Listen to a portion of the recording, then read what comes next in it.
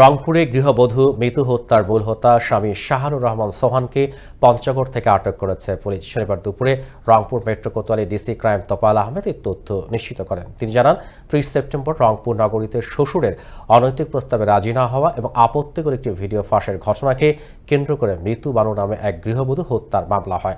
এ সময় ওই ভিডিওটিকে ক্লু হিসেবে ধরে তদন্ত চলমান রয়েছে এবং স্বামী সোহানকে আদালতে প্রেরণ করা হয়েছে বলেও তিনি জানান।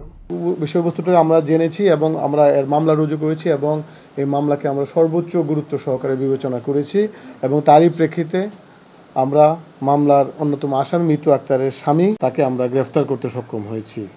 পরবর্তী করণীয় হচ্ছে আমরা আমাদের আসামি গ্রেফতারের জন্য আমাদের প্রচেষ্টা অব্যাহত আছে এবং এই ঘটনায় আমরা মূল অ্যাকিউজড রাজামিকে ধরার জন্য আমাদের প্রচেষ্টা একদম পরিপূর্ণ আছে। এটা মানে তদন্তের বিভিন্ন বিষয়ের কারণে আমরা এই সম্পূর্ণ বিষয়টুকু এখন বলছি না, বাট আমরা এই আসামিকে গ্রেফতার করা সহ সমস্ত আসামিকে গ্রেফতার করার জন্য জোর প্রচেষ্টা অব্যাহত।